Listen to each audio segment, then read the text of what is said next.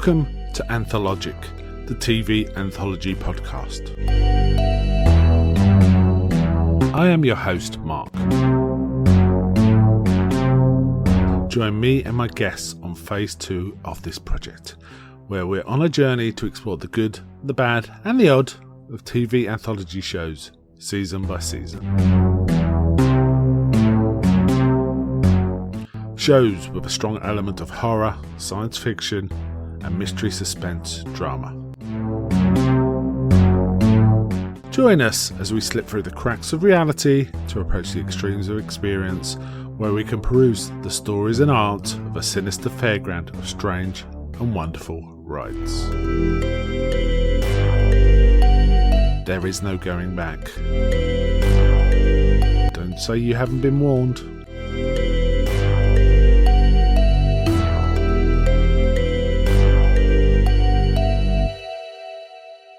Welcome to this episode of Anthologic, the Phase 2, with your host Mark, joined again, as last time, by Stephen and Scott. Hi guys. Hello, good morning.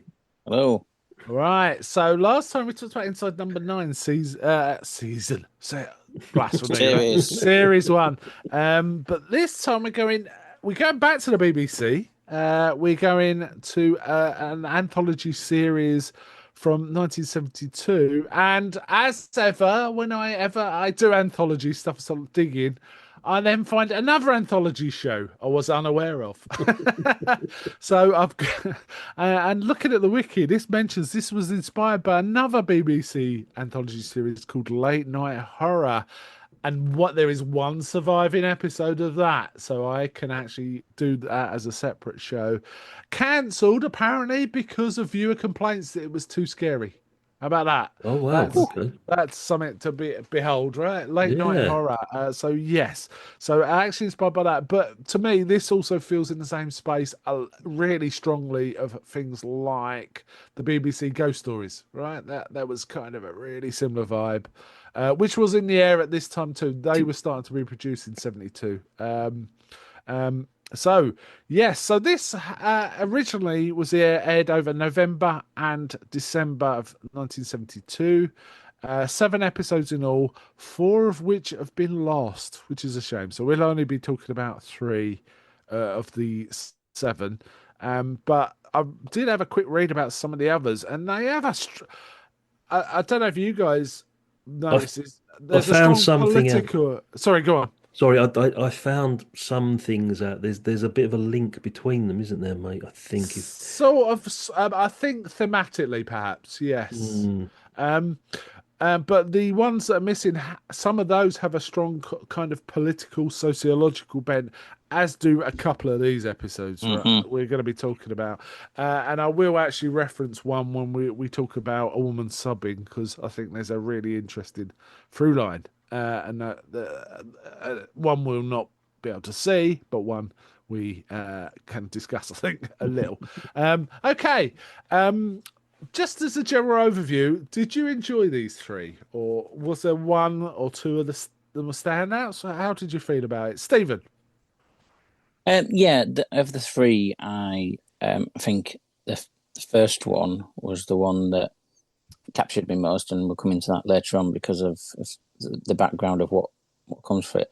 I think it was the second one, the flight one, that I think although it is essentially a good idea, I think it felt like it wasn't actually going there as quickly and didn't actually have as much meat to it as it could have done. I think it maybe needed a bit more teasing out of it.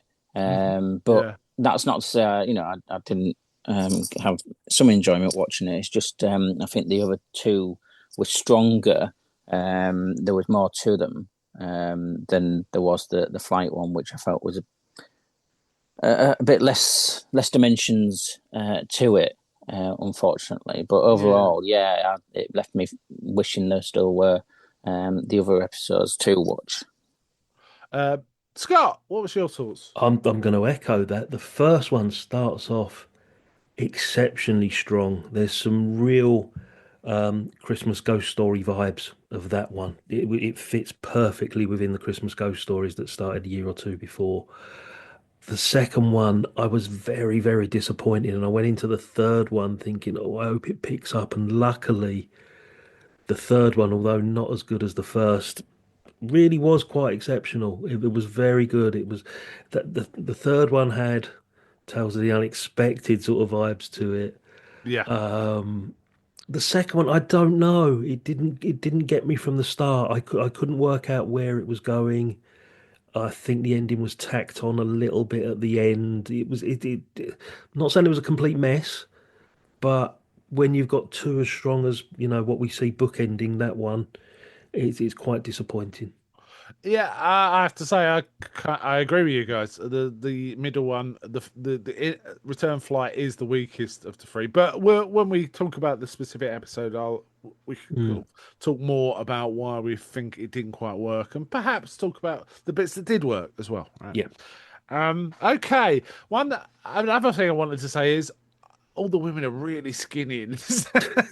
Did you notice how skinny they were? And the other thing is some amazing acting talent, particularly in episodes 1 and 3. Yes. Absolutely amazing acting going on. Hmm.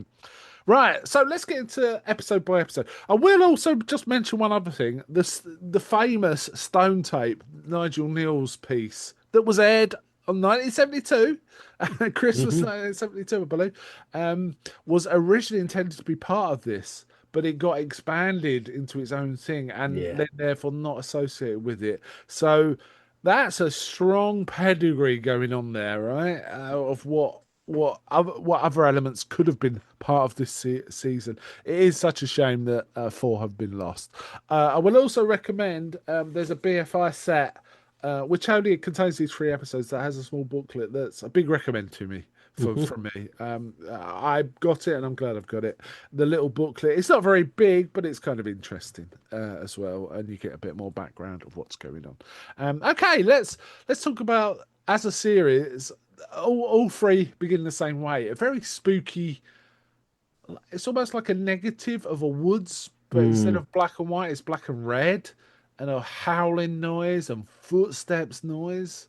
Creepy. It really Creepy, was. right? Honestly, it put me on edge because I'm thinking, this is a really great opening credit sequence. If the rest of the program lives up to the opening credits, we're in for a treat. It was really, really creepy. Yeah, I think Uh, that it for the time, obviously I wasn't around then, but for the time, I think that I can understand why there might have been some feedback about the scariness, and I think it was really pushing the boundary with regards to that, even with the intro there, to try and ramp up that feeling of trepidation and the scare.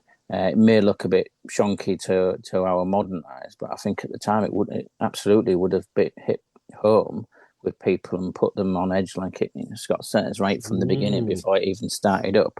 So, I think that it's right to actually be talking, referencing that opening credit bit, because that does set the scene for what then follows, being more than just a bit spooky or whatever you might get with some other anthology series. This is, proper meant to be, along the lines of scaring you, not just with a an axe murderer or somebody with a chainsaw or something else. This is, the psychological terror being shown, and that's setting it up with that opening bit.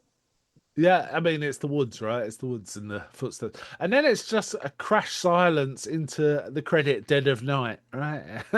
And then we get into the drama.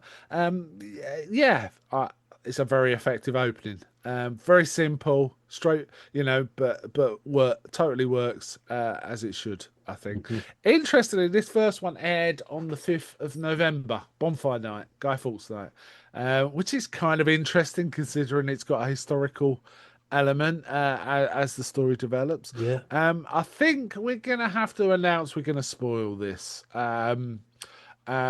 So because I think we have to talk about all the elements of this episode. But if you haven't seen it, it's on YouTube. It's a very strong recommend to go Hmm. watch. I'll put load of cards out. I think this might be one of the finest hours of British TV ever. That's how good I think this particular Wow. episode is. Okay. So I would give this a strong, strong recommend. The first one, the Exorcism. Yeah. The other, a woman sobbing, is also very strong, I would say. But we've kind of covered that. But yeah, the Exorcism is definitely worth anyone's 50 minutes, in my opinion. Anyway, right, let's get into the spoilers. First thing I gotta say is 70s frocks, right? Well, Oh, it's not just that. I was going to say one of the scariest elements of this is Clive Swift's suit. Cravat. safari It's suit. a With Yeah. safari suit and a cravat. yeah, Wow. I mean, a belted suit with the cravat and yeah, that I thought, "Oh, yeah, Oh, Yeah, when you first see it, you think I'm not going to be able to think of anything else. But he kind of works. He works with it, and it kind of works. He even takes off the cravat and uses a blindfold at one point. that's So right. Yeah. yeah, The whole opening just screamed sort of Abigail's party, but also, exactly, exactly. yes, yes, Yes, yes." but also everything was just beige and brown. You could almost feel the 3 day week hovering above this whole episode, and a full Cortina parked outside on the drive. yeah, Fondue on the Yeah, table. yeah. Hostess tea trolley coming out, all that, yeah, all that, definitely. But the frocks are. There's nothing like a 70s frock, is there? If someone says frock, I immediately think of 70s frocks yeah. because 80s ones and 60s ones do not compare to 70s frocks. They're on full display here, and as I say, the women are so skinny, so skinny. Mhm. Yeah, so the actors and actresses. Anna Cropper is Rachel, and she's sort of front and center in this. And I would have to say, marvelous performance here. Would you? Exceptional. There's one monologue which we'll get to. Mm. Um, that Um, she's literally the focus for 10 minutes, pretty much, and absolutely superb. I'm just going to quickly mention, as soon as I saw Anna Cropper was in this, I thought, I know that name. I've been re-listening to the Clive Merrison Radio 4 Sherlock Holmes series. okay. She plays Mrs. Hudson in a couple of the longer ones, Sign of Four and something else, I think, in one of the earlier longer form adaptations of And the. she's got a sort of a mellifluous voice, isn't she? It Yeah, kind of works really well. yeah, Yes. but I recognise the name, and married to Ken Barlow. Ken Barlow. Yes. Years and years, Yes. yes, yeah. Mm. Yeah, amazing. She is also, and this is, I'm kind of got an interest in folk horror, and that kind of ties in quite well with and British anthology series. It just does, Mm. and this episode indeed.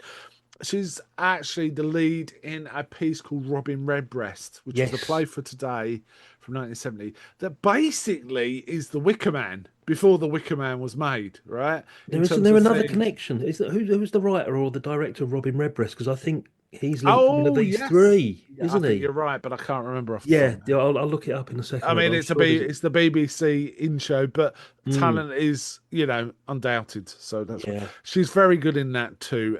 Different kind of role. She's kind of a more modern single woman, but she's dealing with a country community, mm, and it's very Wickham.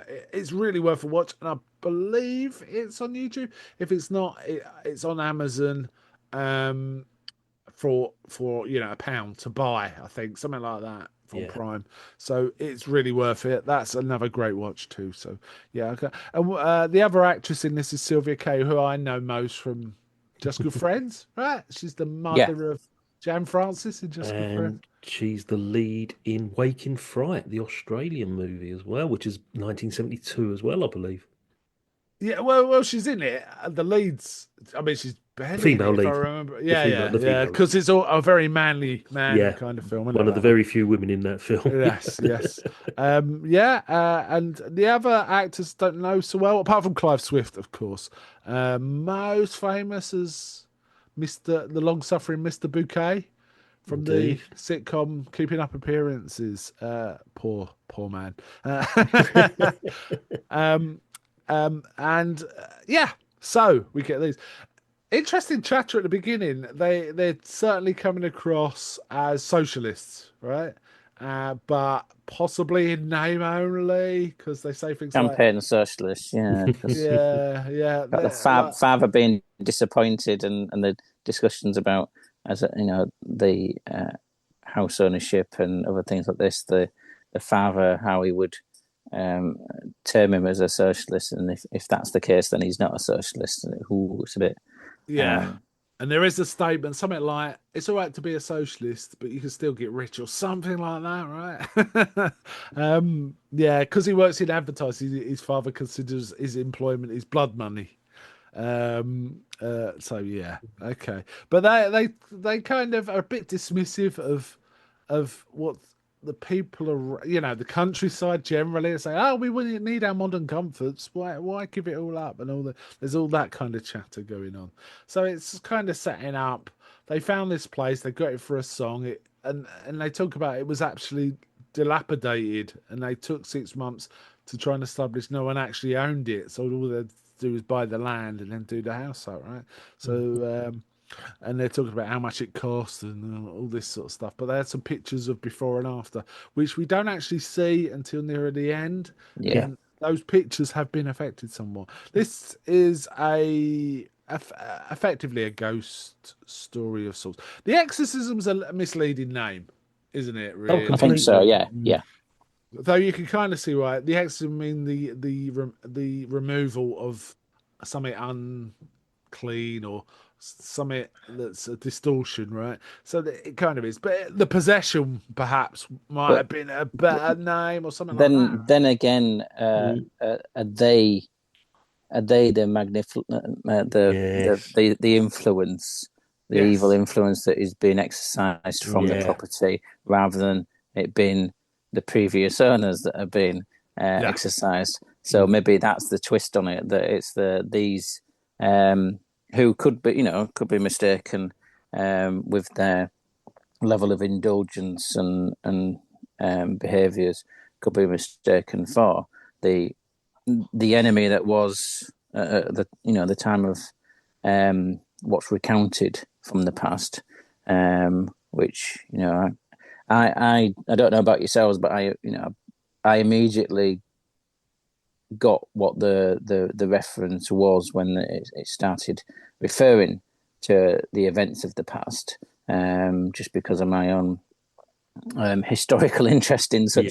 such bizarre things. yeah. But the certainly when it gets into the sort of the want and the starvation and the level of just lack of care from those that did have more, because it does push these supposed socialists into being more on the side of the landowners and the well fed, and as I say, the historical background to me, it was immediately the swing riots, which, if you anybody who doesn't know, were the biggest uprising of workers collectively in the 19th century, bigger than the Luddites, who were known, that we have that term for smashing up machinery in workplaces and technology, resistance to technology. But in actual fact, the swing riots, which happened 20 years afterwards, for threshing machines in particularly in the eastern and southeast and southwest of the country. That's where this came from. That they were put out of work, and then they were starving, and then when they tried to smash up the machines, they were arrested. And in this case, there was hangings, and people just left to starve. So that immediate, as I say, I clearly already know the background on that because that's one of my specialist areas of historical interest. The workers' revolts, but certainly the way it puts it across in this episode, it brings it out slower. Doesn't have to tell you that full details if you don't know that and don't care about that. But it doesn't matter why it was happening in the past. Although there is that monologue that Scott referred to, which is extensive, and in a way you might say, right, well, that's as a last gasp, last breath of somebody. It goes on for quite a while, but I think it does capture um, the horror of the past and things that really happened, but also putting it within the context of the actual episode and the horror and the ending, which I won't get onto yet, but that then adds to it. Yeah. It's I want to kind of get to this as soon as possible, really. So we'll kind of go through some of the sort of build up and discuss how effective that was and so on. But then I think we'll be talking more about that sort of end monologue, actually, somewhat. Um, it's But essentially, the dinner party starts, but the lights go out. Oh no! First, it starts with she's got a clavichord, right, and she starts playing a tune. But Yeah. as she's playing it, it's kind of very nice little tune, but very melancholy in a minor key. And she kind of phases out as she's playing. And Mm. the other guests said, "Oh, that's lovely," and all this kind of stuff. And she phases out and just starts acting a bit odd, like something's bothering her. She can't remember where she's heard it. And old Clive Swift's all about, it's deja vu. It's like known as it's because your filing system's gone a bit wrong, So you think you've not been done something, but you have, and all this kind of stuff. So it's all explained. And then there's a bit of stuff about how your perception changes your reality. They talk about a game called Nelson's Eye, where you're blindfold and you stick your hand on things, and the very last thing you do is an egg yolk, but everyone around you tells you just stuck it in Nelson's eye. Nelson's dead eye, right? And then there's some stuff with ice cubes and razor blade. Mm. This is a Mm. razor blade, which is a really odd party thing to do. Honestly, even before things start going horrendously wrong, it is the most unchristmassy, miserable Christmas party I've ever seen. There's just no sense of like joy going on in Yeah, this yeah. gathering at all, you know. That's true. They need to go somewhere more fun, I think. In fact, doesn't they say at one point, "Oh, let's just go find somewhere where they let us in and we can have Yeah, fun." go to a hotel. Yeah. Clive Swift's character says this, right? He sort of says yes to it. But um, Rachel, Anna Cropper's character, is kind of a bit freaked out by the music thing, and it kind of progresses. They sit down to dinner, then the lights go out and the telephone's off. And they said, "Well, we got luckily they got candlelight already, so it's like, well, we got this lovely prepared. The meal's all prepared. This lovely prepared meal. Let's just sit and eat." And they start saying, "Oh, it's probably some union thing, caused a black power cut." And Bloody you know, unions. yeah. So that sets it in the early 70s, or even like it could be late 70s actually as well. But sets it in the early 70s, and they start to eat, but then the husband of Rachel he, Clive Swift produces a lovely wine, Burgundy. Mm, He spits it out and says, "It's not wine, it's blood." And then everyone's like, "Huh?" yeah. And they all sip it slowly.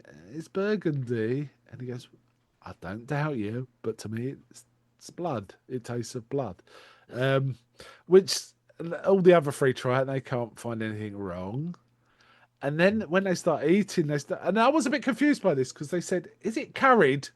Like, Yeah. so was it burning? It was What? burning them. That's the impression I got because I Yeah, and couldn't then work Mm. out if it Mm. was off at Yeah. first, but it was a burning sensation because they're drinking the big What jug of the water. water? Mm, Yeah.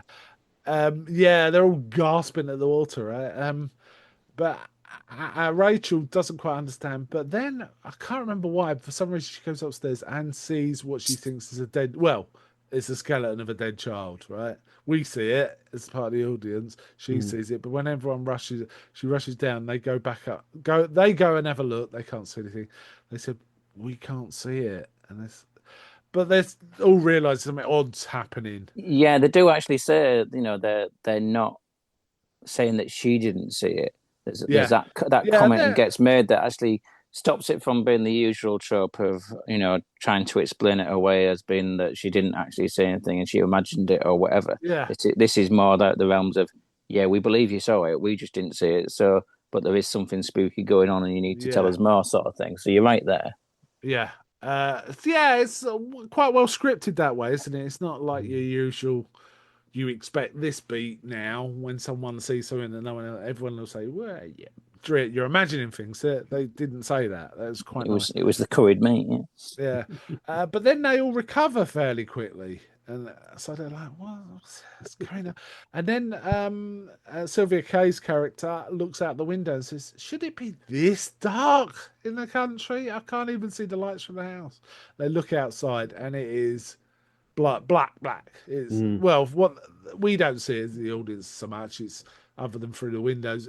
It's Because they more tried like to get their out, don't reaction, they? and they can't get out. They tried to get out, even with smashing the windows with heavy objects doesn't actually work. Yeah. So that adds to the thing that they've been taken out of time, as it were. So that's why there's no escape. Yeah. There's one key word in this whole episode for me, which is at one point when it's all happening to them, someone asks Clive, why is this happening? And he says, "We're privileged." That's a double meaning, isn't it? I see. Yeah. We're privileged. We're well off, or we're privileged. We're being allowed to see things no one else sees. Yeah, It can mean didn't those notice that. Yeah. Yeah, and that's kind of what it's about, isn't it? Yeah. As I say, that's the element I picked up on with regards to the fact that they were seen as an embodiment or a modern equivalent of who the past occupants were blamed, as it were. Yes. And then finally, let's just get to the monologue. Finally, sort of, Rachel starts explaining what's happening. She starts saying, "It's coming, it's here," and then she starts speaking in the voice of a woman from the past. Scott, how did this grab you? This was the bit I was expecting because I'd sort of read a little bit about what was going to happen, and I knew that the central part of this first episode was going to be Anna Cropper's performance. And what I wasn't expecting was for it to be so gripping. It totally absorbed me for that 7, 8, 9 minutes, whatever it was. The thing that took me out of it oh so slightly, her husband, at one point, I mean, she's describing the atrocities of what's happened to this family that lived there previously, and the husband and the hangings and all this sort of stuff that was going on, several hundred years ago. And the husband goes, "Oh, that's barbaric." He's not concerned about his wife actually being possessed. He's been absorbed into this whole storytelling thing. Yeah, I hadn't noticed that, but yeah, it's goofy. Any other self-respecting husband would have gone, "Darling, are you okay? What the hell's going on?" It was like, "Oh my God, that's a barbaric story." It's like that took me out of it just a little bit. But it's a close-up of her face, literally for 7 minutes, 8 minutes, whatever it was. And you can't help but being gripped and taking into this whole story. And as Stephen said, he was quite familiar with the whole history of what this story is all about. But to me, it was something new. And I was just sitting there thinking, okay. And I'm trying to sort of piece it together in my mind, how it relates to what they said about the history of the house at the beginning. And it all makes sense. And then I'm thinking, okay, we've still got 20 minutes left of this. Where's it going to go? And you're not let down. You are not let down. I mean, there is a wham bam of an ending, when you find out what's happened. But the monologue sits front and center of this entire performance. It is something special, and I can see why, Mark, you're saying this is one of the finest 50 minutes of British TV drama. It's exceptional. This is what sets it above your average armchair thriller or your average ghost story. It should have been a ghost story for Christmas. It's a shame this was released on November the 5th, but it seems strangely fitting though as well, kinda. Well, With the brand new series, historical. you got to open with your best episode, haven't you? To Yeah. get the audience, and Yes. and they made the right decision in that case. But if they'd have put this out as a ghost story for Christmas, it would have sat up there with Whistle and I'll Come to You and all those other ones that we've known and loved over the years. It's exceptional. It's a very, very exceptional piece of drama. Yeah. Stephen, what's your thoughts on this bit?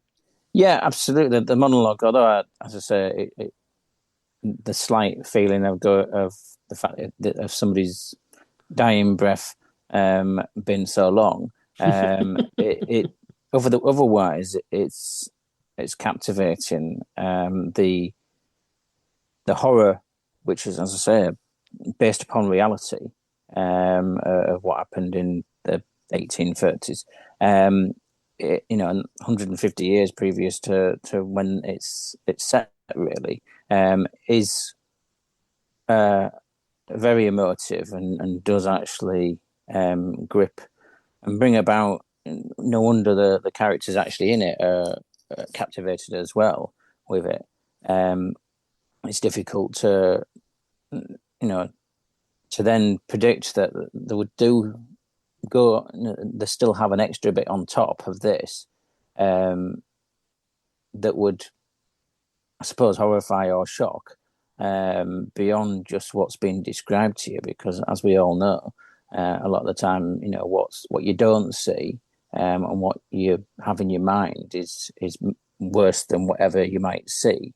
And with that, with the story of what went on, the injustice and the horror that particularly since it's referencing children, um, does absolutely hit home. Yeah, it's extremely powerful, isn't it? I was watching when I watched this. I think they must have done this in one take. There's no way this actress Yeah. could get into this mindset, have it broken. It must have been one take. I assume it was just so good, and there was just some such telling phrases, and you can understand if there was such a thing as ghosts and someone's powerful emotions could live on after death. It totally makes sense within this, right? That's her thoughts and feelings are so powerful. No ignorance is no excuse. There is never any forgiveness ever for what they've done, and things like that, right? To her husband, her children. And she does start by setting up the sort of background, so you've got some context, which is like everyone started leaving the village, and then there was no work, and the squire just said you've got to look after yourself, and then she talks about the parson who's the squire's brother and their son, um, just feasting while the village around them is starving. And it feeds in with the tune from earlier on, because when they Yes, went begging for alms for help, there was the squire's daughter, I think it was, who was just as if nothing was wrong, just playing this tune. ditty in the corner. And when she's, as I say, when this monologue, it starts out with actually what the wanting, because there's nobody there alive to actually hear, wanting it to be embedded in the walls of Walls. Yeah. the property, which is obviously where then it comes about that that's why the new occupants are experiencing it. Yeah, we should mention before all this, just before all this starts, the house is basically starts shaking, and the bits of Mm. the wall, the Mm. old new plaster falls away from the old walls and things like that, right? That kind of, so it's almost like they think the house is falling down. Then we get this, it's coming kind of thing. Um, it's the whole section is extremely powerful, and to sort of she basically the ghost wants a witness, wants hence what's going on and what she says. I thought it was a magnificent performance, actually. It's one of the greats for me. Um, then so once it's over, they're sort of saying, well, why has this happened to us? And Clive Swift repeats, like I said, we're privileged. Mm. But I think he thinks we're being shown something. I don't think he thinks Yes. I think he's got the wrong end of the stick there. No, I agree. Uh, I agree. That's how the character means it, but I think the writer. yeah, oh, of Well, course. yeah, absolutely. So you've identified that before absolutely correctly, which it wasn't. To be honest, I like Scott. I didn't get it the first time around, but when it was said in this sense, suddenly that's when I made the connection with that double meaning. Mm. Yeah. It's interesting in the booklet. I hadn't read the booklet the first time I watched this. I hadn't had the set, but looking through the booklet, this one is actually referenced as a Marxist ghost story. Interesting way of describing it. I feel like this Well, we could need be more of shown. them. Yeah, I think this could be shown in schools, as a sort of an educational sort of somewhat. Maybe the end is a bit too much, but yeah. Apparently, this was also converted into a play and toured a few times. I could see that. So they probably expanded it somewhat to make it, Yeah. hour and a half or something.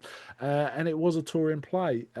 So until '83 was the last time it was on tour, but it was a play, and it would work as a play for a four-person play, right? Yeah, Like Abigail's Party in many respects. that's true. And It's almost also, like the horror version of Abigail's Party. it is. And also, we were saying a lot about when we were talking about Inside Number Nine, how most of those 6 episodes were set in one setting. And I thought, oh, this is great because it hasn't moved out of the house. And I was hoping that the following 2 episodes would be a similar sort of thing, although the second one does go to different locations. But it's that single setting thing that we said last time works so well Yeah, because you become absorbed. You're part of that four walls. You can't help but be sort of taken in as to what's going on around you. So Yeah, yeah, obviously with this series, it's not the singular setting; it's the singular um, time of day because it's obviously all of them, and particularly reading through the ones that we haven't got, they're all set like dead of night, obviously. But right, okay. as the title says, they're all set in the night time, with very few. I think that maybe in the last one there is a little bit of, Yeah, they're out but in the garden, aren't but they? but there's daylight in it. Yeah, but otherwise all the action takes place at the dead of night in nighttime. So that it's that thematic thing is there in the same way that there was for Inside Number Nine being a singular location, or that in a Number Nine. Because I mean, obviously there are a couple of episodes of Inside Number Nine where I think it's a bungalow and they've got the police Yeah, outside sieging and yeah, the cooks inside. But otherwise, it's again, like you say, it's pretty much a fixed either time or location. And yes, the second one we watched, which we'll get onto, slightly breaks that. But otherwise, they do set that later becomes something that the likes of Inside Number Nine distill into perfection. I'd say. yes, yeah. I mean, I think we were very, we got very lucky, or it's totally sort of appropriate that Inside Number Nine was our opener episode for this phase of Anthology, because when we watched the British anthology shows, we're just going to see how that evolved into Inside Number Nine. that's You can true. see it And already. let's and we shouldn't be ignoring the fact that a lot of that with the likes of this or others, particularly the ones from the BBC, the budgetary constraints, meant that they limited the number of people in it and the number of places it was shot because they wanted to do it as cheaply as possible because that's the BBC, and this is why we got all the gold we got with Doctor Who being what it was. But yeah, the those constraints, and as we know with many other creative endeavors, sometimes the constraints are actually what then forces people to do more and make more of what they've got and create something better than if they just had the pockets of cash. Yeah. I have to say the reason I picked this one as our second one was on the strength of this one episode. Yeah. I just felt it needed talking about more. I talked about it in a monologue, Mm. probably the first time, but I felt it needed some airing and letting more people know about this Yes, amazing bit definitely. of drama. And that's why I picked it. And I was hoping the other two would be half as good. That was my hope, really. Mm. And so, there's quite a horrific sort of conclusion to this, which I think is it. Do you think we'd let someone actually discover that for themselves? Yeah, the actual Yeah, final yeah. final Let's leave scene. that. Yeah. I think it. I would have been happy if it ended almost without four characters and nothing else after. Personally, I think that was a great ending, but I do not mind what happens. Personally, I'm just getting around it because I don't want to spoil it. But I'm No, kind of it's an realise I'm. It's a nice touch having Kenneth Kendall explain it to us. Put it that way. How about Yes, yeah, yeah. that? Let's put it that way. But yeah, it's now Christmas. It's Christmas story. Is this going on your Christmas rotations or? Yes, it's going to be included in the MR James stuff for me. It Yes, sits there. It absolutely sits with the Stalls of Barchester and all of those, ones that come before and after. yeah. Well, I've I always like to have a Max's Christmas anyway, so why not? Yeah.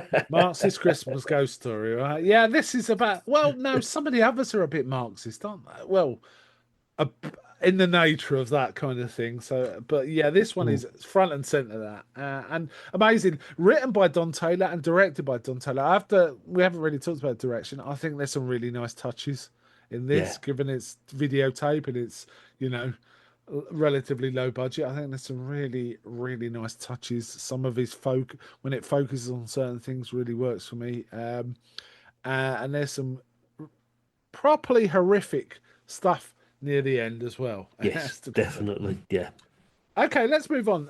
Return Flight was our second one.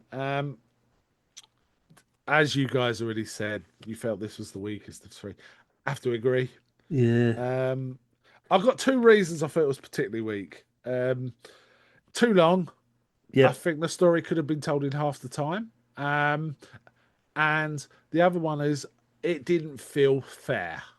I didn't understand the catharsis. I didn't understand why it was happened to this man who Mm. seemed fairly innocent of what had happened. I understand all the plot elements and stuff like that, but I don't understand why it was happening to this man. That troubled me. I think Those you're were the right. two things for me. But Yeah, I think you're right. I think if there'd been a different element whereby um, he'd stolen his wife from a previous husband or some elements like that, it might have driven the plot a bit more of why he would be the one to experience this. Now, obviously, we completely understand that horror more generally, but also just in life, people don't always think bad things don't always happen to people because they deserve it.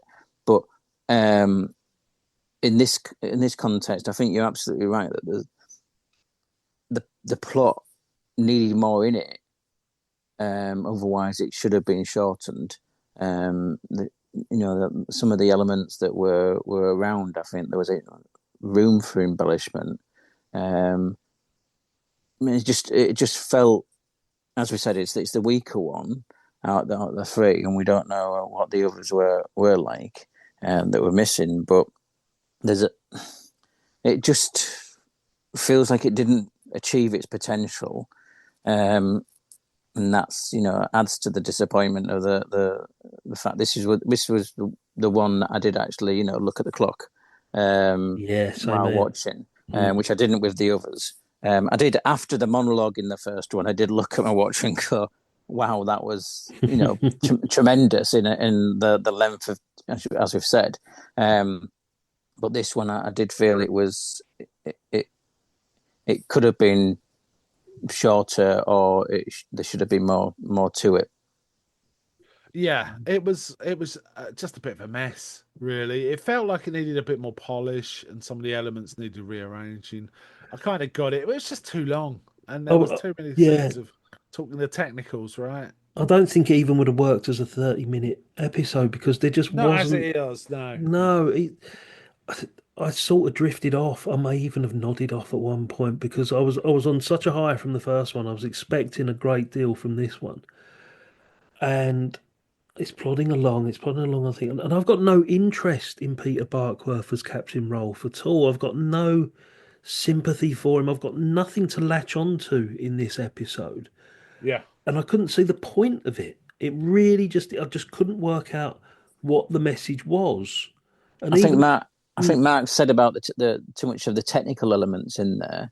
yeah, For all as I said with the first one, I I got a bit of a kick because self-congratulatory identifying the songwriters, but that wasn't something that was put in there for anybody else to force them with that sort of technicalities and stuff.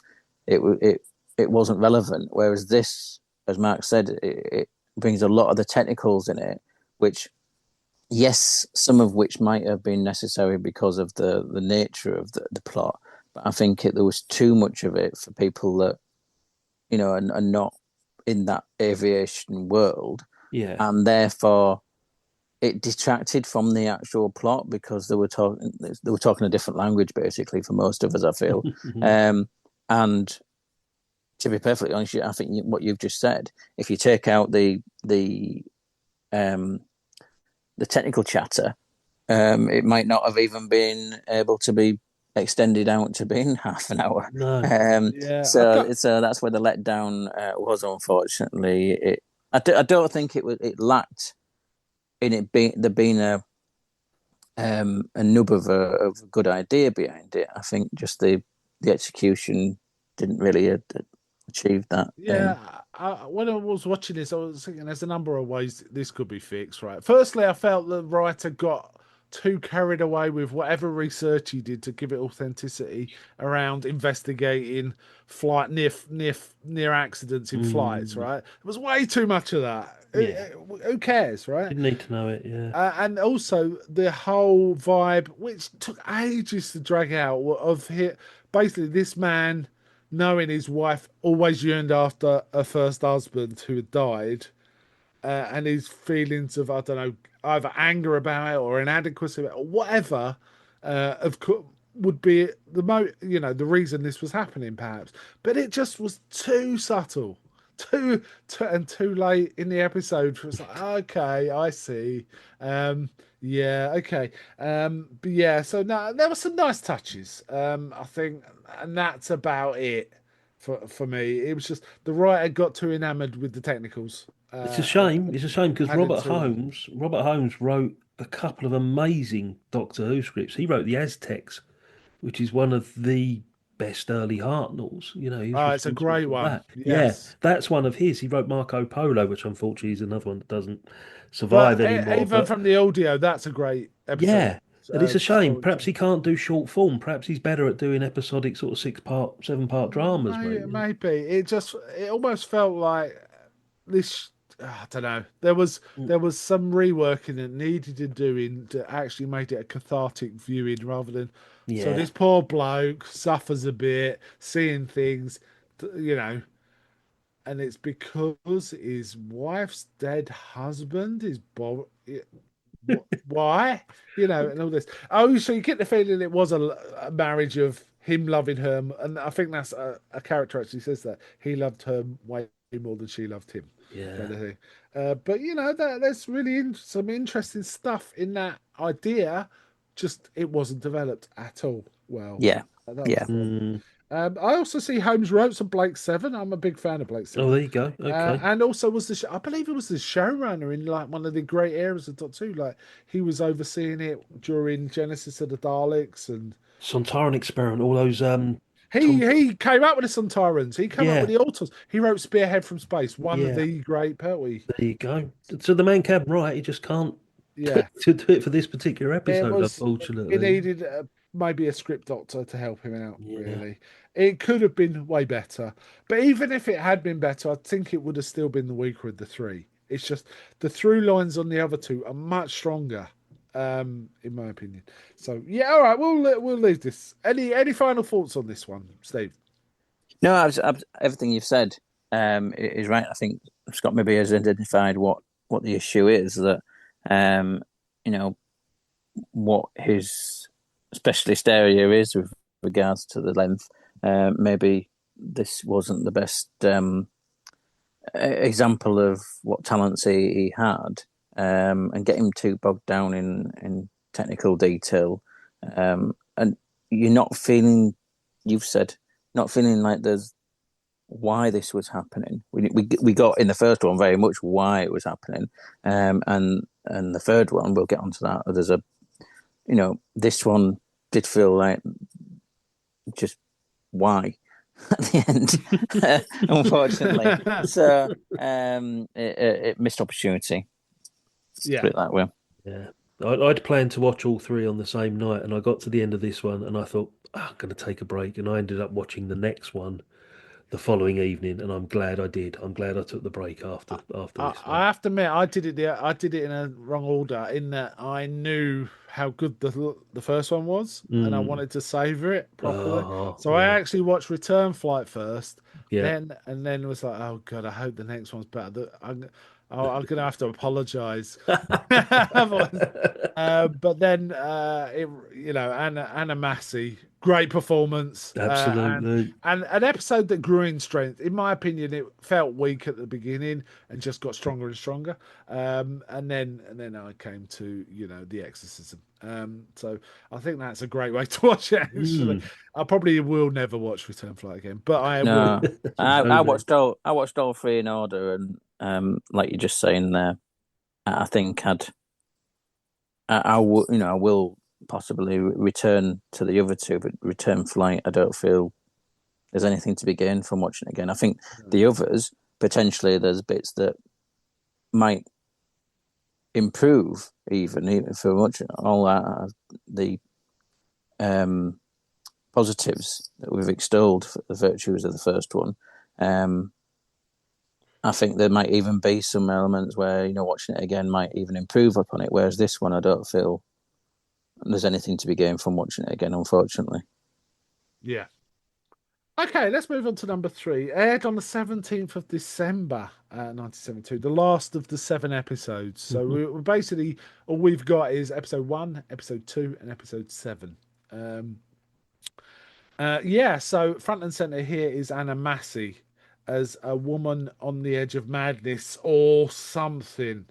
We, it's kind of not sure. Her character's name's Jane. Anna Massey, genre actress of some, well, she does all sorts, but well known for being the female lead in Peeping Tom, the movie Peeping Tom, Yeah, and Mhm. also well known for being in Frenzy, possibly Hitchcock's last great movie, right? Two oh. films that I believe are reviewed on Real Britannia podcast. There you go. There's a link.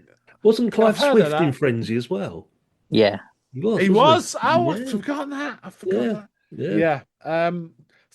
And I also have to mention this was written by John Bowen, who also wrote Robin Robin Red. Redbreast, as That's the before mentioned connection. earlier. I knew there was a connection somewhere. Yeah, that's it. Yeah. Mm.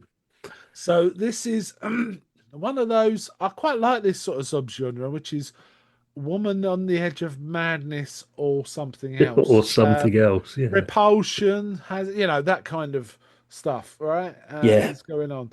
So here, Anna Massey plays Jane, who's married to sometimes sympathetic, sometimes not so much husband, Frank. And we also get the wonderful Julian Holloway in a bit part, or Brilliant. Mm. occasional Sandy.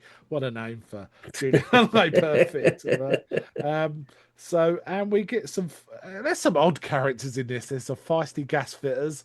They're very very so 70s. This scene. I mean, yeah, I should have mentioned some of the language is a bit of its It time. was almost Confessions of a Gas Fitter, wasn't it? At one Yeah, point, it there's was. yeah. I did expect that to be played by somebody else. Yeah, Robin So Asquith or whoever. yeah, Yeah, Yeah, yeah. I have to say, I have to say, the fitter's mate, who's played by an actress called Dennis Gilmore, immediately recognised him because he plays Hatchet in Psychomania. oh, right, okay. Yeah, But he's also one of the sort of children mob in Blood on Satan's Claw as well. right. So that I spotted it. I thought I know that guy, and I know him from those two things, right? And there was also some weird stuff going on. Like at one point, I think it's Sandy says, or maybe it's another talking to the husband says, "Why Dutch girls are quite nice," and suddenly an image of a naked Dutch girl apparently Yes, flashes into his flashes. brain. And I thought that's going to come into it later, but it didn't. But And it's just so she has a flashback when something's mentioned, and she has a vision of the gas fitter taking his shirt off. I missed that bit. I must have Yeah, looked away just something's as that mentioned in a happened. Yeah. conversation, No, and she. none of us saw that apart from Scotty, just a Scott, mess. yeah. Yeah, Okay, so they're both fed up. but daydreaming. Yeah, they're both. Yeah, they're Yeah, both mm, fantasizing about other people then. yeah, Right? yeah. Um, I have to. There was one bit of dialogue where I laughed out loud. I just got to mention where they say, "It's in Gaslight," and she says the play, and he goes, "No, the movie." And that just Explains it felt all. like, "Is this gaslighting each other?" And it just made me laugh when you're talking about gaslight and you start denying the other one's right. You're on a slippery slope. That did make me laugh. That was a nice touch. Yeah. Anyway, Stephen, thoughts on this one? Yeah, I Just an think overview, this. and then we'll go. Yeah, I think that this one got the um, again the balance right with the plotting, which didn't happen previously in the second episode. I think that although there's some precursors and there's some guesswork you can do with regards to where it's going, I think getting there it actually achieves in a still in an engaging way. Um, so I think this one, and particularly the performances, are great as well. They're very, Animasi particularly, very engaging. So this one, the spooky element of it, which still balanced with the how that fits with the reality of everyday mundane living life. I think it gets the right balance all the way through, really. So this one was a good one to have, and it's just, if the first and the last of the series are like this, it does make you wish there was more. As long as it wasn't more of the flight one. Yeah, that's fair. Scott, what's your over sort of general thoughts on this one? I liked it, as I say, this was the second favourite out of the three for me. I'd have preferred it if it had been a more traditional sort of ghost story rather than sort of linking into this themes of feminism and all this stuff that's going on that potentially this is a case of is it only is this ghost or whatever only being seen by Anna Massey? Is this something that's not everybody can witness? Because the husband all the way through is, I can't hear the voices, I can't hear, and she's always hearing them. um and I was just wondering where that side of the like the thematic side of it was going to go. um Again, screaming 70s throughout this, mainly in its attitudes, not so much as the Abigail's party sort of visuals of the first one. I liked it. I think it's the closest to a Tales of the Unexpected episode we've got out of the three. Yeah, And if it was condensed to 30 minutes, this one would have worked, whereas the second one would not have worked as a shorter form. Anna Massey is absolutely superb in this. Excellent to see Julian Holloway. I mean, we lost him very recently, didn't we? He died earlier this year, bless him. mm. Um, and this one, yes, it was a bit more of a pickup because of the disappointment of the second one. I'm not saying it's perfect. Um, and there's some bits I just didn't sort of get, as you say, the whole the whole matter of factness of let's get a Dutch au pair that will solve all our problems. Will it? How did they get to that? Yeah, Because that was weird because she was immediately hostile to this young girl, wasn't she? yeah, She did not like her in the house, but and it was am I like, right? why would she go along with that? It's a But bit odd, yeah, right? and the husband was in PR or advertising, but Julian Holloway had a previous history as a doctor. It's yeah, that they kind of yeah. Are I they mean, that was shoehorning that in? that It was was plot contraction, wasn't it? yeah, Yeah, yeah. When I was a junior, whatever consultant or houseman, something. yeah, Yeah, we did this and all of that, and but I know then someone who can help us with this and all that yeah, kind of. and then the argument for choosing a Dutch au pair over a French au pair, I think that was mentioned. Oh yeah, some casual 70s ration. Oh, she Yeah, was French, so obviously she got caught shoplifting. caught I was like, shoplifting in Regent Yes, Street or something. Yeah, yes, you know yes. the French. She was caught they're always shoplifting. doing that. And Those French with their shoplifting and their onions and their hairy armpits. Yeah. but then it's like, but no, if you get an au pair, she'll be company for your wife. She'll be able to look after the children. And when your wife is committed to an insane asylum, she'll be company for you. Yeah, that's That so was weird. That was all sort of mentioned in this over a scotch and a cigarette in the office. Another 70s thing, But in the space of like a conversation, they've worked out that don't worry, this au pair will be the answer to all your problems. Don't worry that your wife's going mad. She'll end up getting committed anyway. That was the answer. Yeah. There was some language in this that, and I don't mean it was offensive. It's just I didn't recognise some of the words. Okay. There were certain phrases I thought, and I did look them up. There was one phrase where the kids say, "We don't like mummy anymore. She's a something," and I thought, "What's Oh, that?" And what was it? it's a Yeah, grumpy. It means a grumpy person. A catch. Oh, I can't remember what it was. A yeah. cross patch. Cross Cross patch, that patch. was it. I Yeah. thought, what's a cross patch? And I looked it up. Oh, it's a grumpy person. Never heard that word There was before. one I had to look up in the first one as well. Clive Swift says something about you don't have to feed me calf's heel jelly. Did I you did look catch that that? up. Apparently, it's sort of a Victorian equivalent of chicken noodle soup. Something like Okay. comforting sort of thing that was like cheap and easy to make, that was Yeah. comforting, like given to invalids and things like that. And I thought I've never heard that before. And apparently, yeah, I'm sure he said calf's heel, yeah, calf's heel jelly or something like that. Yeah. Yeah, but Um. Okay. Great performance for Anna Massey, as we said. yeah, Really superb. strong, and some odd elements, but it kind of built nicely. This one, it was building all the time. It reminded me an awful lot, and I don't know if you guys have seen it in the Ghost Story for Christmas run. Hmm. Towards the end of the first run, later 70s, there was an episode called Stigmata, where a woman uh, is troubled, and a large stone, a really large stone, is removed in their garden, and they find a weird old skeleton under it, and it's basically a Yes, witch thing. yes, yeah. But she's a troubled woman who gets slowly more, possibly insane, possibly more possessed, Mm. and it reminded me a lot of that. This is 7 years, 6 or 7 years before that, this particular episode, but it did remind me. It felt like in the same sort of space. Um, and I was thinking the weird noise. There were some great shots in this as well. There was one shot I particularly liked where Anna Massey, the husband's just lying in bed, and Anna Massey's just s- on her elbows in bed, just looking up at the ceiling, just Mm. looking up at the ceiling, waiting for the noise to start. And I thought that's a great shot because she was just holding it tense. It was tense. It was really interesting. But it was kind of weird though, wasn't it? That noise over and over again. It would send you insane, I think, if you had to put up with that. Well, Now, especially if you're trying to convince other people in the house and they can't hear it. yeah, And it reminded me, Stephen, when we recently reviewed the new Anthony Hopkins movie, The Father, which goes into the whole world of, dementia. Yeah, And it was almost very similar to that, Stephen, was it? In the fact that that person is convinced that what they're seeing, what they're hearing is the truth is going on around them, and everybody else is telling a completely different story.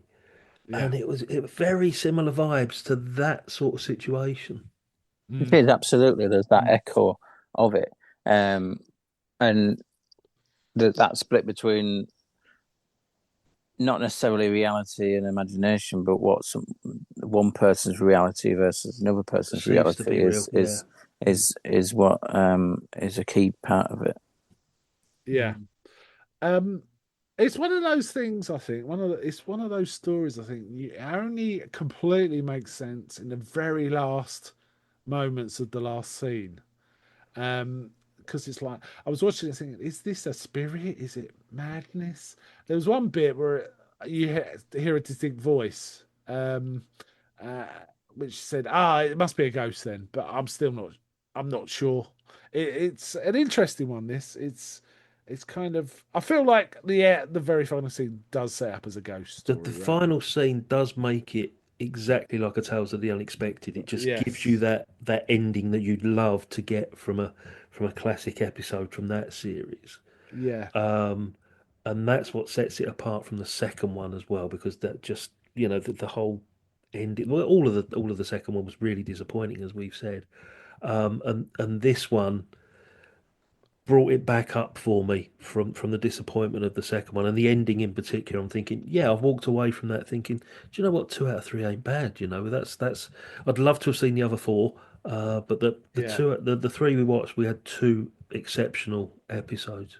I do want to talk about one of the ones we hadn't seen, but because it relates to this specific episode. But I want to do that at the end of us talking about this particular episode, Mm. and I also want to relay some comments by the producer. Get your thoughts on that too about this show.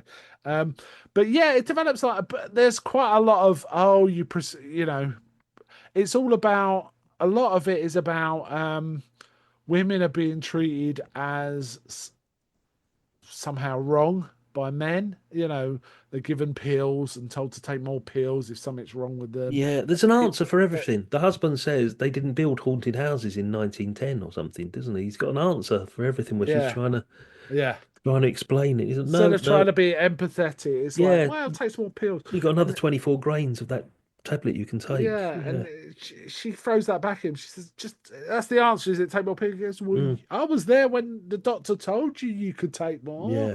Like that's an explanation. It's like, Yeah. and like I say, the discussion about gaslight made me like because she basically says, "Are you gaslight? You know, have you got a tape recorder up there?" And he kind of sees it all as soon as she asks her, "Yeah, oh, you think I'm doing that? How can I do that? Oh, and of Why course would she I finds do the that?" electric cable in the Yes.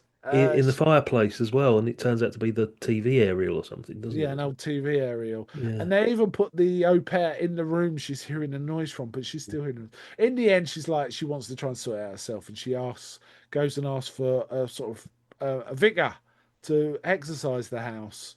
And Can we there's some, just go sorry, go on. back? Who were the two people in the church that she rang? I don't know. Well, this is yeah. Oh, That I was thought they were Samaritans. That's I what no I assumed thought. they were Are they? Yeah. Samaritans. Were no. Well, they? one of them was meant to be the local vicar, but they are the wrong denomination to do exorcisms because Oh, he said they had a discussion, and this is a bit of a nuance.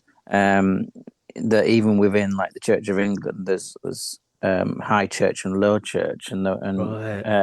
the high church is the ones that still, my understanding as an outsider, as a militant atheist, my Mm, understanding is that the high church still have some of the practices or um, symbolism or whatever of that came from them previously being with the Catholics. Yeah. Whereas the lower church are the ones that have modernised more and abandoned some of that. And so the vicar that you're speaking to, he says that that's why he says he don't know if he's done the right thing, but he's put onto the other one in the different right. parish, Okay. who is high church, who is therefore more likely to go and do the ritual. But yeah, it is. It's a bit of a. It's It's a so bit odd weird. because it's a bit odd because it's not really necessary to be there. That No. that bit, I don't think. I thought it But was the Samaritans, you see. And I said, I why did would a at first. trained Yeah. Samaritan suggest an exorcism? Yeah. That's bonkers. But they can't have been right. And no someone trained to do that sort of thing would ever suggest anything like that. That would be mad. Mind you, early 70s, who knows? Right. Mm. Yeah, that was bonkers. And the vicar makes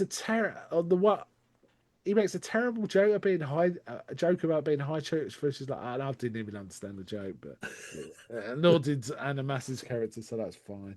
Um, yeah, but she basically gets a exorcism for dummies kind of book, doesn't she? Starts doing it herself, which I thought was what better than it should have. I thought that could have come across as really goofy, but Yeah, they didn't Anna dwell on Massey it too kind of much, did they? sold Yeah. it, and it was fairly fast.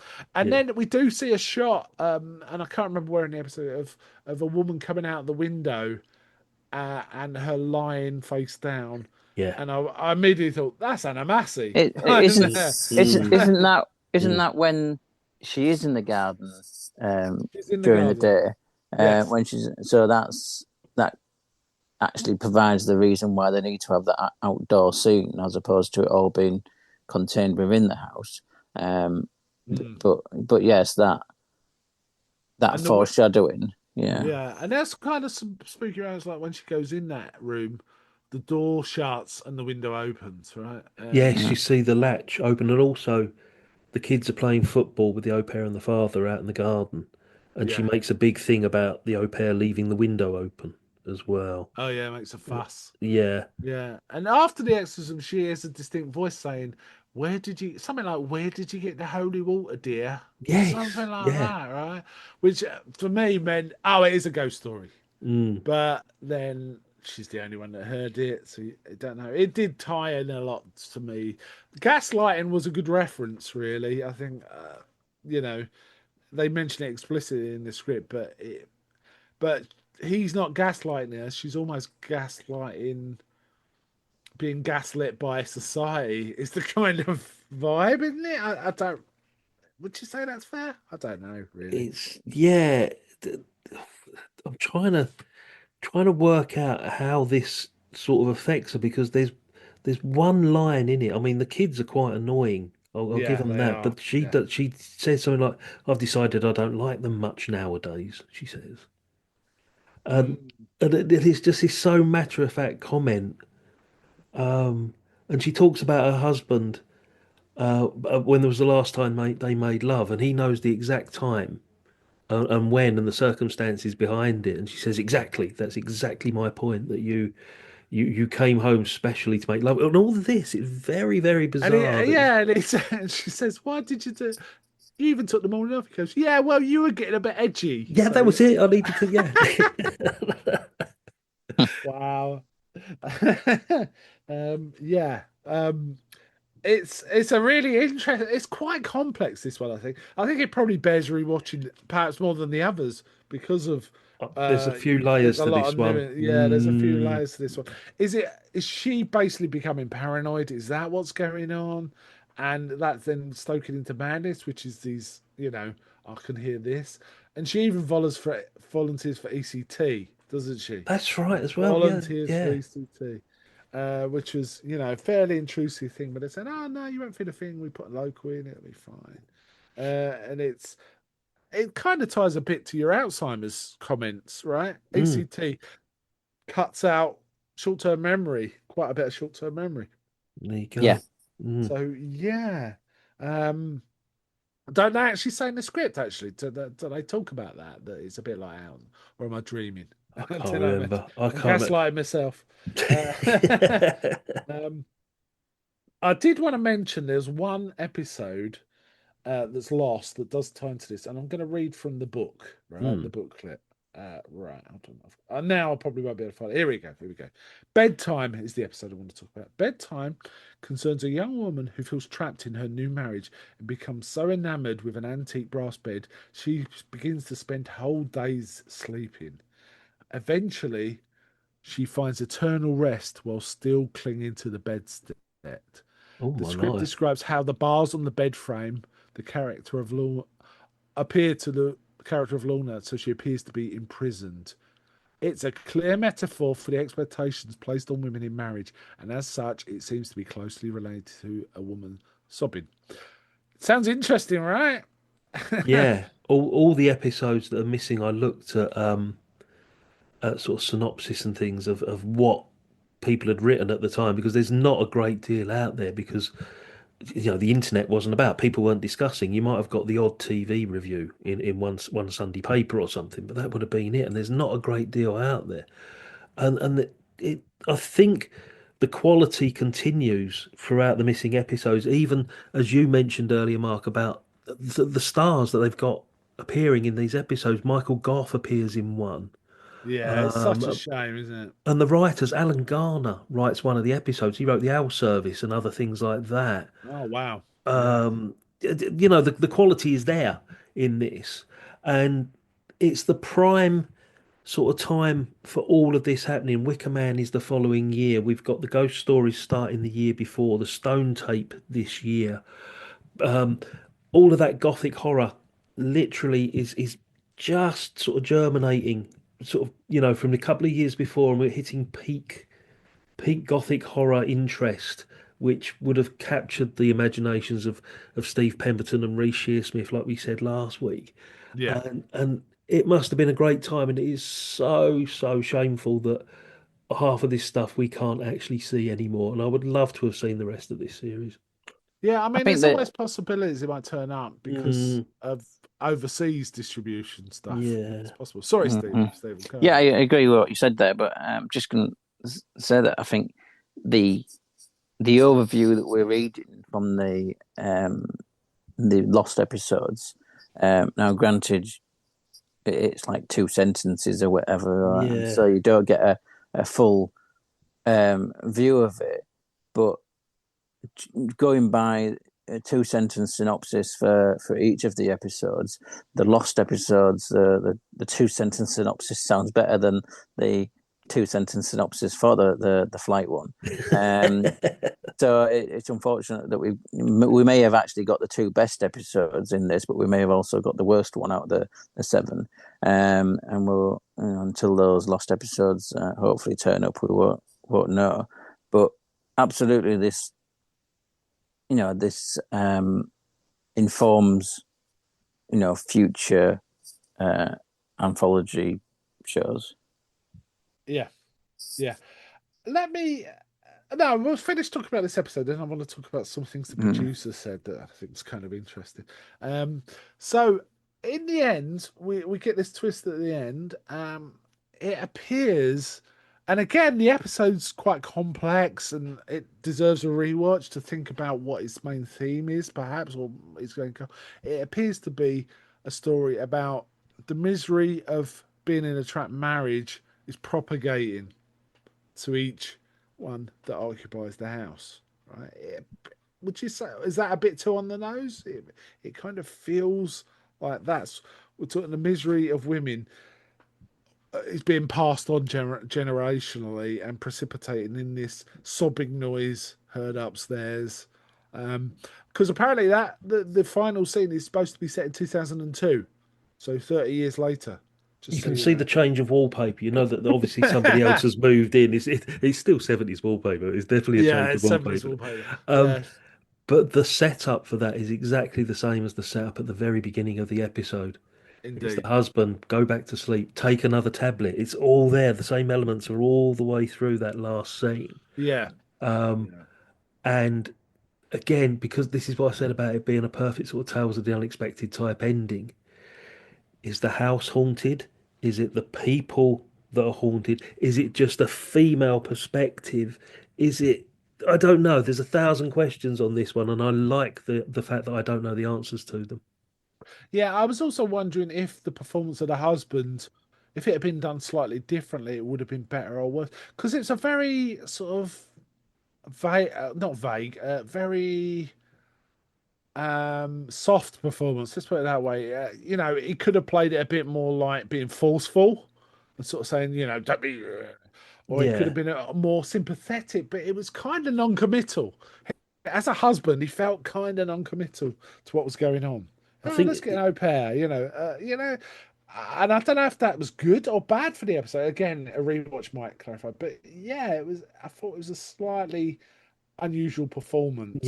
I think his attitude towards her was he's this immensely successful businessman. They've got the house in the country that they've always dreamed of. She doesn't have to work, but doesn't take into account the consequences of her boredom and her life now has no meaning because everything's been achieved. Yeah, And his attitude is, well, why are you unhappy? You shouldn't be unhappy. I've given you everything. And I think that's what lies at the heart of this is that whole gender politics as well. That and it's a big 70s thing. We see it in the first one as well, the whole thing about success. yeah, Um, and that sort of runs through this as well. yeah. It's the boredom creating Mm, neurosis is yeah. perhaps the theme. Um, Right, so we definitely all like the first one, and we quite like the second one, right? Let me Mm, just read you something from a producer that gave me a chuckle mm. personally, which is series producer. This is about the series. Series producer Innes Lloyd claimed there's nothing at all gothic about the series. No characters in sheets, no funny noises late at night. And I read that and thought, was he watching the same thing as I was me? going to say, yeah, okay. Nothing gothic, no funny noises late at night. What? Folk Yeah, horror, definite folk horror elements to it all as well. yeah. I will have to say that Robin Redbreast feels almost to me as a prequel to A Woman Sobbing. It almost feels like the character being developed in Robin Redbreast, a single woman, fairly I'm confident. going back because I haven't seen Robin Redbreast for about 10 years. Yeah, I'm gonna go back and watch that. Yeah. yeah. It feels like that woman finally settled, right? Mm, Got married, and this might be what happened. It could be called read that way, and it's worth seeing anyway because Anna Cropper's in it. So yes. okay. I think we've chewed the sugar out of this gum. Final thoughts on the whole thing. Was it a good choice? Did I bring you something worth seeing, Stephen? Absolutely, yeah. I mean, I wasn't aware of this before, so certainly glad that I have seen particularly the first and second one, and will be going back to them, and that's certainly a mark of the quality. I think that there's particularly with the first and second, and possibly with the others that we missed, there is perhaps a bit of the feminism in there coming to the fore, which at the time was right. But there's this element that they've got thematically of it being obviously in the dead of night, most of the action happening, but there is a certain element as well as of cyclical nature in the story. I mean, in the first one, the house beginning in ruin, going through the plot, people then starving in the house going back to being a ruin, and with the playing one as well with regards to what the tying in the past to what then happens to the future as far as a crash. But and the third one, absolutely. I mean, what ends up happening is self-predicted. In a way. So that cyclicalness is in there, and that is perhaps something that we haven't been able to explore properly without having the missing episodes. But the how this is a forerunner to other elements. I think there's this, and we'll probably throughout your shows you'll identify a number of these forerunners that were distilled and either purposefully or subliminally for people like Pemberton and Shearsmith have perfected into a true art form and brought it to what we've been lucky enough now.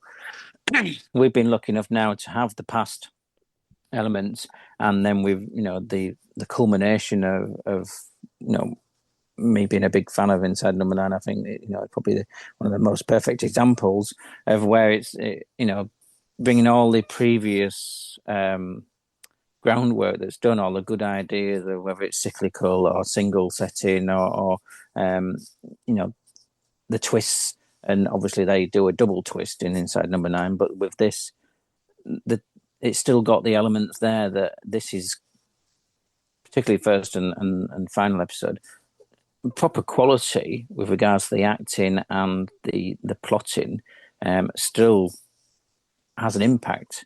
Despite the fact that we're looking at it and we're seeing, we do this all the time with Real Britannia. We look at things and we can see through the fact that, some of the sets might be a bit wooden or things like that because of the time it was filmed or the budget. But the quality shines through, and this is what we've got here. So I'm really glad that you brought this to us, and certainly the first and the final episode are ones that I will return to because I do think there's more to be got from them than just a single watch. Great. Big again. I'll just mention big recommend for the BFI box set.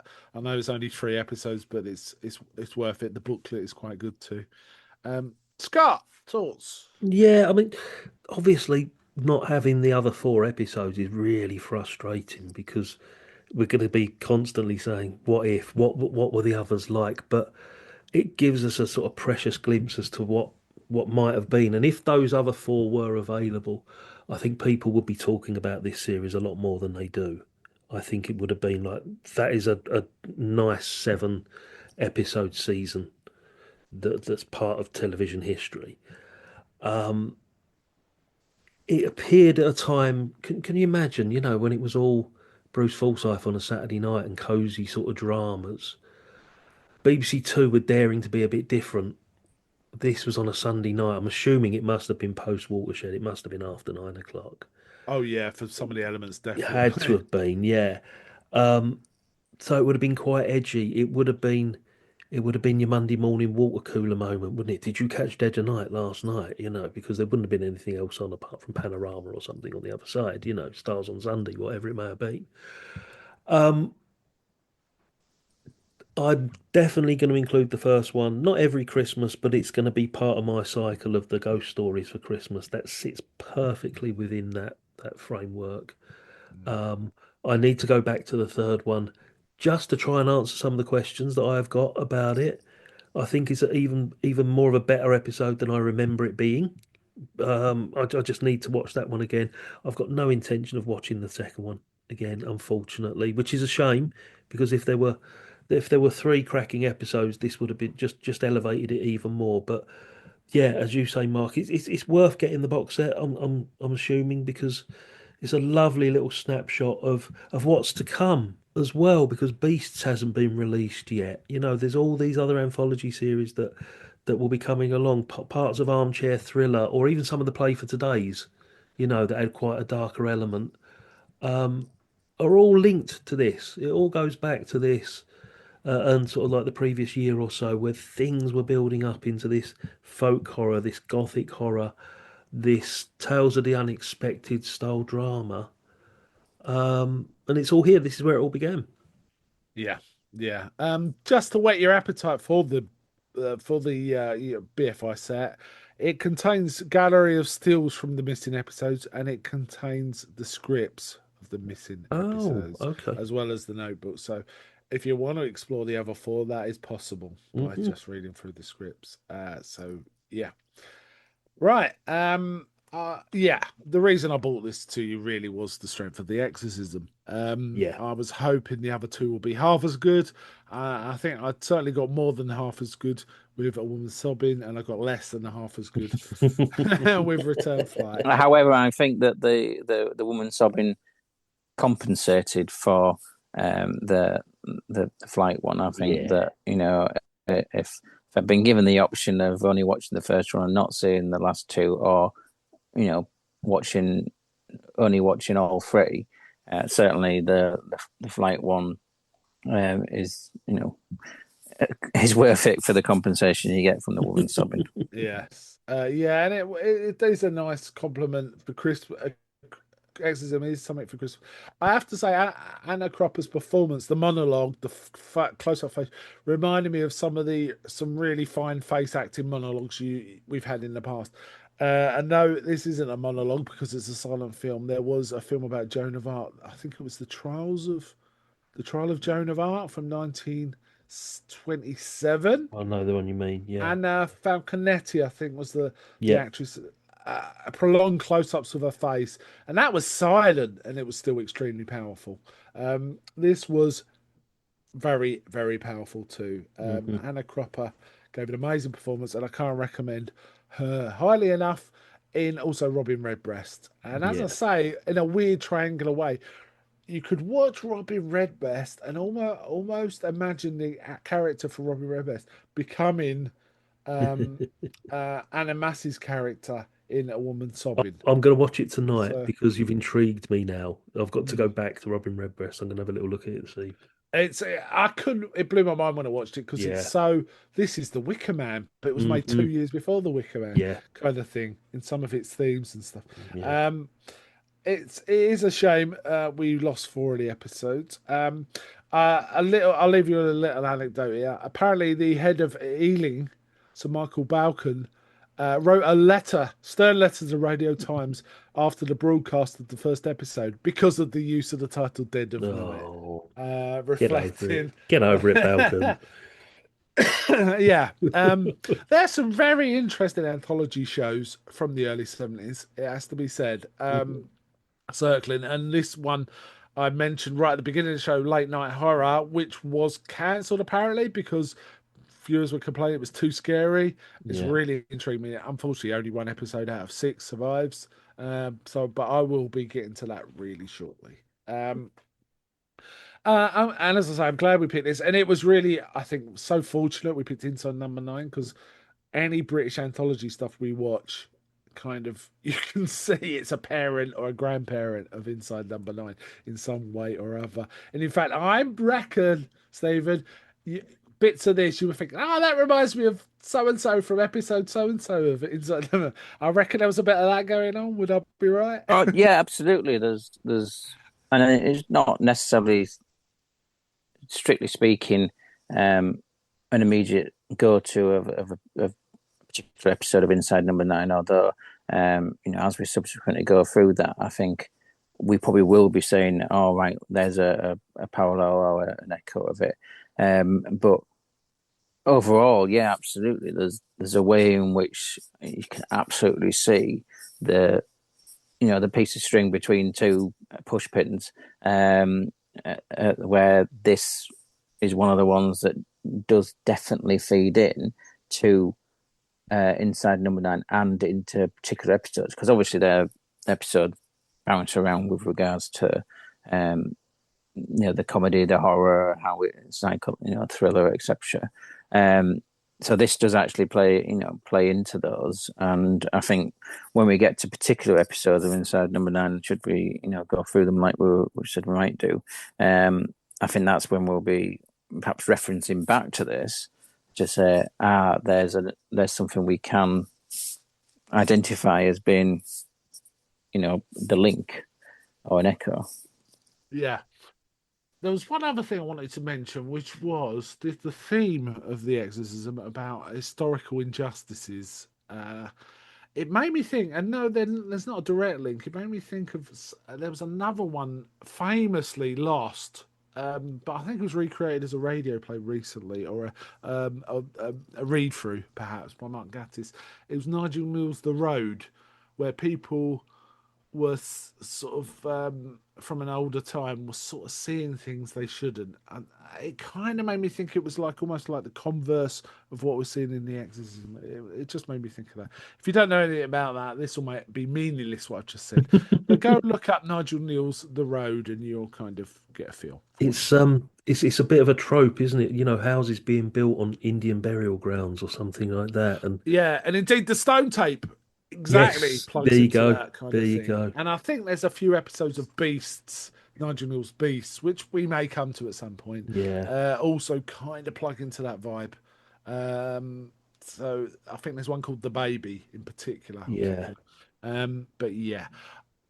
Right, guys, I think we'll kind of wind up there. So, Scott, tell us about Real Britannia. Real Britannia. Recording now pretty much every fortnight. We are just about to hit episode 200 in the new year. We've got a bit of a debate as what we're going to do for episode 200. Audience audience consensus seems to be they wanted us to review Porridge the movie because that is the one that gets mentioned most of all through audience participation. And I think the three of us might get together for that. We were thinking of doing something a bit more classic like the Lady Killers, but we're going to decide nearer the time between us. But yeah, Real Britannia, everywhere you download your podcast. Classic British movies right from the silent era up to the 2020s with the carry-ons, the bonds, the kitchen sinks, the Norman Wisdoms and everything in between. Yeah, I'll post in the show notes about Real Britannia, but just for the listeners, it's REEL, right? Yeah. That's the word you need.